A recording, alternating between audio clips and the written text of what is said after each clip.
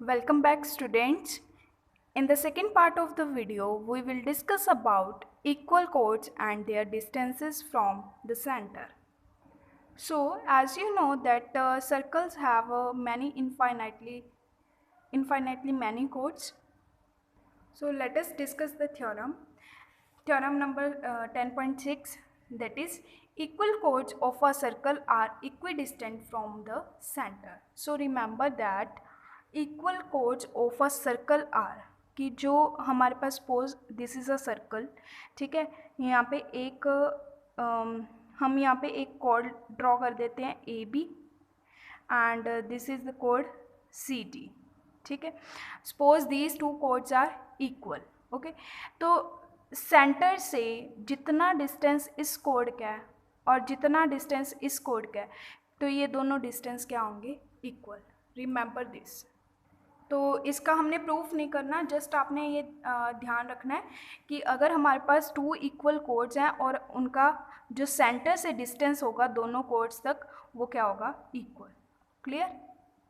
Next theorem is chords equidistant from the center of the circle are equal in length. अब इसमें क्या दे दिया? Reverse. ठीक है, कि अगर हमारे पास ये दो chords हैं, ठीक है, और इनका डिस्टेंस सेंटर से सेम है, तो ये chords भी क्या होंगी? इक्वल. ठीक है, तो ये आपने दोनों रिजल्ट ध्यान में रखने हैं. फर्स्ट क्या था कि अगर हमारे पास दोनों कोड्स इक्वल हैं तो सेंटर से उन दोनों का डिस्टेंस क्या होगा? सेम.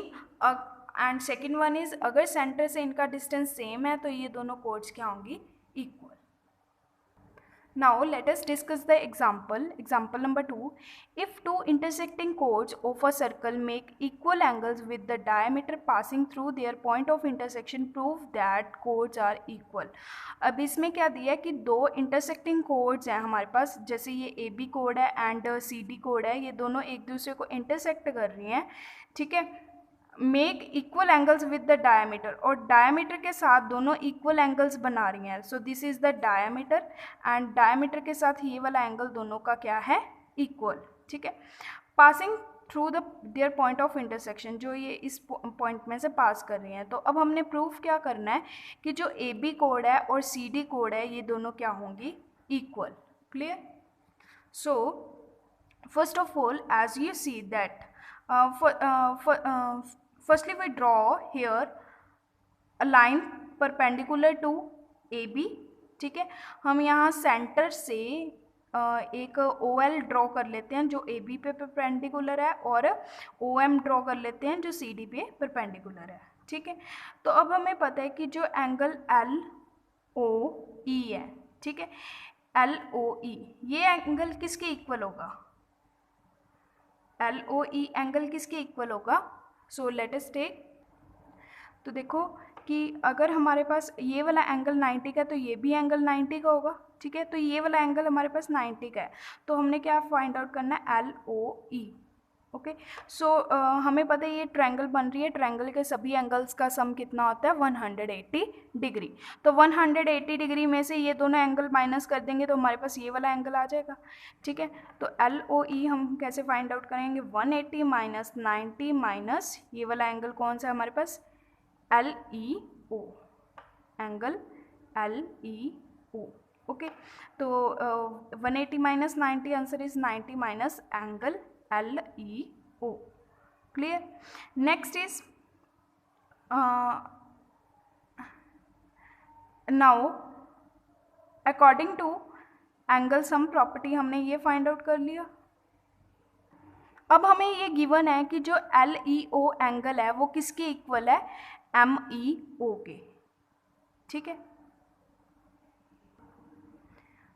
और you can say that if angle LEO जो है उसको हम AEQ भी तो लिख सकते हैं. एंगल LEO को हम क्या लिख सकते हैं? AEQ. सो और we can write it 90 minus angle AEQ.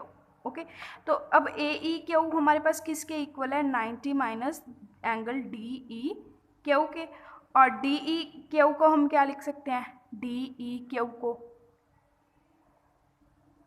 MEO. Okay, so 90 minus angle MEO। तो अगर हम 90 में से MEO को माइनस कर दें तो हमारे पास क्या आ जाएगा, angle MOE। Clear? So now we take two triangles that is OLE and OME। हम इन दोनों ट्रायंगल्स को कॉन्ग्रुएंट प्रूव कर देंगे। तो कॉन्ग्रुएंट प्रूव करने के लिए हमारे पास 3 कंडीशंस होती हैं, ठीक है। सबसे पहले देखो, जो LEO है और MEO है, ये दोनों इक्वल हैं क्योंकि ये हमें गिवन है, ठीक है। सेकेंडली हमने ये प्रूव कर लिया कि जो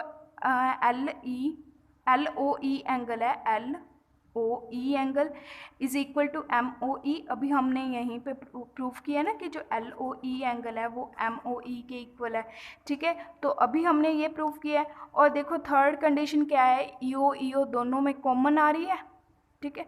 EO जो ये वाली साइड है इस ट्रायंगल में भी आ रही है और इस ट्रायंगल में भी आ रही है, ठीक है। तो बाय हमारे पास क्या लग गई, एक ये वाली साइड है, एक ये वाला राइट एंगल है और एक ये वाला एंगल है, तो RHS लग गई हमारे पास प्रॉपर्टी, ठीक है। तो ये दोनों ट्रायंगल्स क्या होगी, कॉन्ग्रुएंट होंगी। क्लियर? अगर ये दोनों ट्रायंगल कॉन्ग्रुएंट हैं तो इसके करस्पॉन्डिंग पार्ट्स भी क्या होंगे, इक्वल। सो बाय CP/CT हमारे पास क्या आ जाएगा, जो OL है वो इक्वल आ जाएगा OM के, एंड यहाँ से क्या आ जाएगा, AB किसके इक्वल है, CD के, ठीक है।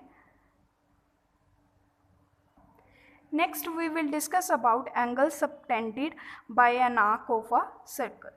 So remember it that if two chords of a circle are equal, then their corresponding arcs are congruent, and conversely if two arcs are congruent then their corresponding chords are equal.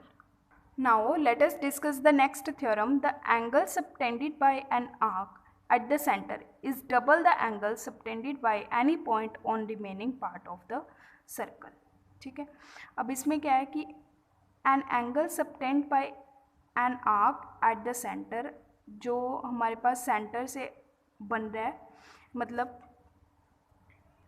कि जो हमारे पास ये वाला angle बनेगा, ठीक है, this one angle, ये क्या होगा, इस एंगल का डबल होगा।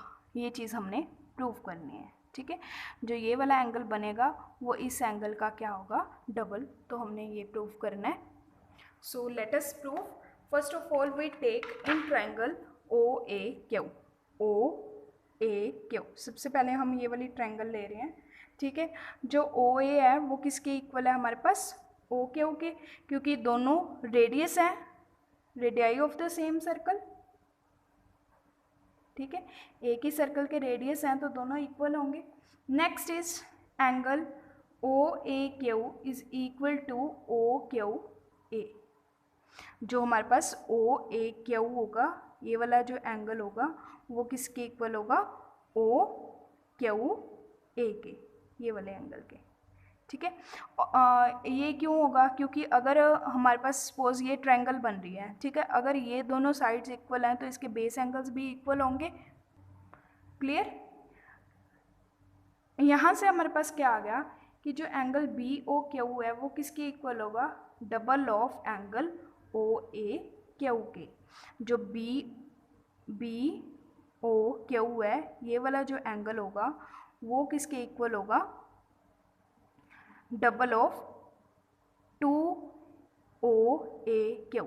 ऐसे क्यों आया, क्योंकि देखो जो एक्सटीरियर एंगल होता है, मान लो ये 1 है, ये 2 है, ये 3 है, ठीक है। जो एक्सटीरियर एंगल होता है वो इन दोनों के सम के इक्वल होता है ना। वन एंगल किसके इक्वल आएगा, 2 + 3 के, ठीक है। एंड ये दोनों एंगल इक्वल है, अभी हम करके आए हैं कि ये दोनों एंगल इक्वल हैं।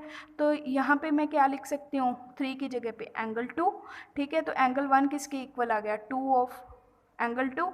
तो एंगल 1 हमने क्या लिया था, BOQ, ठीक है। 2 और एंगल 2 हमने क्या लिया था, OAQ, ठीक है। क्लियर?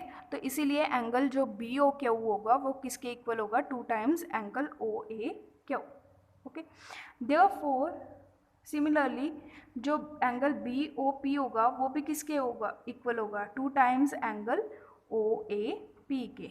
जो हमारे पास BOP दिस वन एंगल होगा वो भी 2 टाइम्स इसके इक्वल होगा। ठीक है, सिमिलर सेम प्रॉपर्टी लगानी है।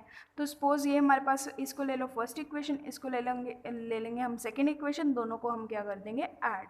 Angle B O P plus angle B O Q is equal to 2, इन दोनों में से कॉमन ले लेंगे तो हमारे पास क्या आ गया, angle O A Q plus angle O A P. Okay, so जब इनको ऐड करेंगे तो हमारे पास क्या बन जाएगा, angle B P O Q is equal to 2 times angle P A Q. P A Q, इन दोनों को ऐड किया तो पी ए क्यू आ गया, इन दोनों को ऐड किया तो एंगल पी ओ क्यू आ गया। ठीक है, तो ये जो हमारा केस था, ये हमने angle subtended bye an arc at the centre is double the angle subtended by any point on the remaining part of the circle के लिए किया है। ठीक है, तो ये हमारे पास यहाँ से प्रूव हो गया। Clear. Next theorem is angle in the same segment of a circle are equal. अब हमने ध्यान रखना है कि जो एंगल्स होंगे सेम सेगमेंट में सर्कल के, वो क्या होंगे, इक्वल। ये भी आपने जस्ट रिमेंबर रखनी है। ठीक है, next is if a line segment joining 2 points subtends equal angles eight 2 other points lying on the same side of the line containing the line segment of the 4 points lie on a circle means they are concyclic। तो ये भी आपने theorem ध्यान में रखनी है, इसको proof नहीं करना हमने। The next topic is cyclic quadrilateral. So what is a cyclic quadrilateral? Cyclic quadrilateral क्या होती है? Quadrilateral is called cyclic if all the 4 vertices of it lie on a circle। मतलब सारे के सारे जो vertices होते हैं इसके, वो सर्कल के ऊपर लाई करें तो हम उसको बोलते हैं cyclic quadrilateral। ठीक है, अब इसके हमारे पास कुछ इससे रिलेटेड हमारे पास थ्योरम्स हैं। ठीक है, तो वो भी आपने ध्यान से करनी है। So the first theorem is the sum of either pair of opposite angles of a cyclic quadrilateral is 180 degree. कि जो cyclic quadrilateral होती है उसके जो opposite angles होते हैं उनका सम क्या होता है, 180 डिग्री। फॉर एग्जाम्पल हमारे पास ये एक cyclic quadrilateral है। ठीक है, ए बी सी डी, तो इसमें जो ए एंड सी एंगल होगा इनका सम 180 डिग्री होगा, और जो डी एंड बी एंगल होगा इसका सम क्या होगा, 180 डिग्री। तो ये आपने ध्यान में रखनी है। ठीक है, second is if the sum of pair of opposite angles of a quadrilateral is 180 degree then quadrilateral is cyclic। अब उल्टा ले लिया कि अगर पेयर ऑपोजिट एंगल्स के पेयर के ऑपोजिट एंगल्स के पेयर का सम 180 डिग्री है तो वो क्वाड्रिलेटरल क्या होगी, साइक्लिक। ठीक है, so you have to remember this 2 theorems. The next let us discuss the example number 3। AB is the diameter of the circle। हमारे पास एक सर्कल है, AB उसका डायमीटर है, and CD is the chord equal to the radius of the circle। हमारे पास एक CD code है जो इसके रेडियस के इक्वल है। ठीक है, AC and BD when extended intersect at a point E। जो हम AC और BD को एक्सटेंड करते हैं तो ये E पॉइंट पे इंटरसेक्ट करती है। हमने क्या प्रूव करना है कि जो AEB है, ये वाला एंगल है वो 60 डिग्री का है। ठीक है, तो जैसे कि आप देख रहे हो जो हमारे पास ट्रायंगल ODC, ये हमने इनको ना ज्वाइन कर दिया, पॉइंट्स को ज्वाइन करने के बाद हमारे पास OCD एक ट्रायंगल इक्विलेटरल ट्रायंगल बन रही है। ठीक है, OCD हमारे पास एक इक्विलेटरल ट्रायंगल बन रही है। अगर ये इक्विलेटरल ट्रायंगल है तो इनके सारी साइड्स का सम भी क्या होगा, सॉरी सारे एंगल्स भी कितने के होंगे, 60 डिग्री के। ठीक है, अच्छा इक्विलेटरल ट्रायंगल क्यों बन रही है, क्योंकि देखो OC एंड OD दोनों रेडियस हैं एक ही सर्कल के तो इक्वल होंगे, एंड हमें ये गिवन है कि जो CD है वो रेडियस के इक्वल है। तो इट मीन्स ये क्या होगा फिर, OC OD CD आपस में तीनों इक्वल होगी तो ये इक्विलेटरल ट्रायंगल बन गई। अगर इक्विलेटरल ट्रायंगल है तो एंगल्स भी इक्वल होंगे, 60 डिग्री के होंगे ना सभी एंगल्स। ठीक है, अब देखो जो एंगल हमारे पास CBD है।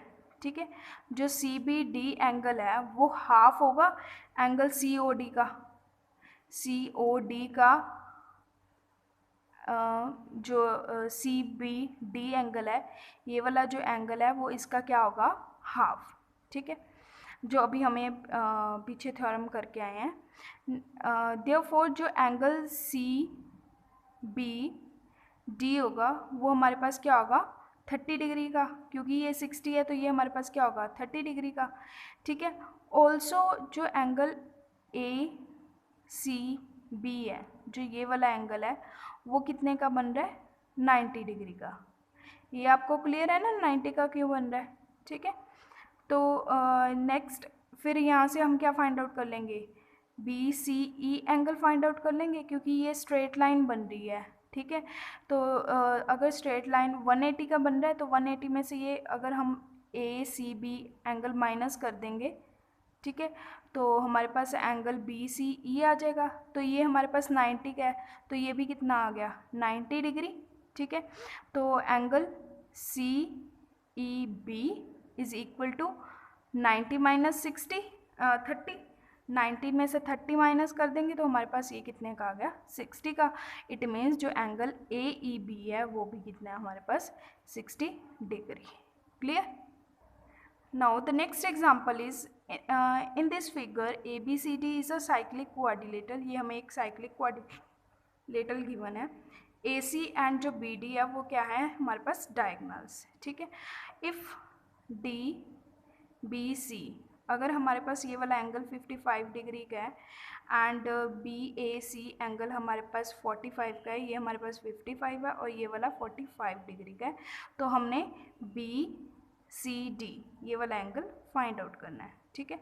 तो हम कैसे करेंगे, पहले हम क्या करेंगे, जैसे कि आपको पता ही है कि जो सी ए डी एंगल है वो किसके इक्वल होगा, ये वाला एंगल किसके इक्वल होगा, इस एंगल के, ठीक है। Angle in the same segment वाली हमने प्रॉपर्टी की है ना, तो अगर ये 55 का है तो ये भी कितने का होगा, 55 का, ठीक है। अब इन दोनों को ऐड कर दो, ये पूरा एंगल हमारे पास कितने का आ गया, 100 डिग्री का। और हमें ये गिवन है कि ये साइक्लिक क्वाड्रिलेटरल है। अगर साइक्लिक क्वाड्रिलेटरल है तो इसके ऑपोजिट एंगल्स का सम कितना होगा, 180। 180 में से अगर ये वाला एंगल माइनस कर दें तो हमारे पास ये एंगल आ जाएगा, और ये पूरा एंगल 100 का है तो 180 में से 100 माइनस किया तो ये कितने का आ गया, 80 का। Clear. So I hope you understood this chapter. Thanks and have a nice day.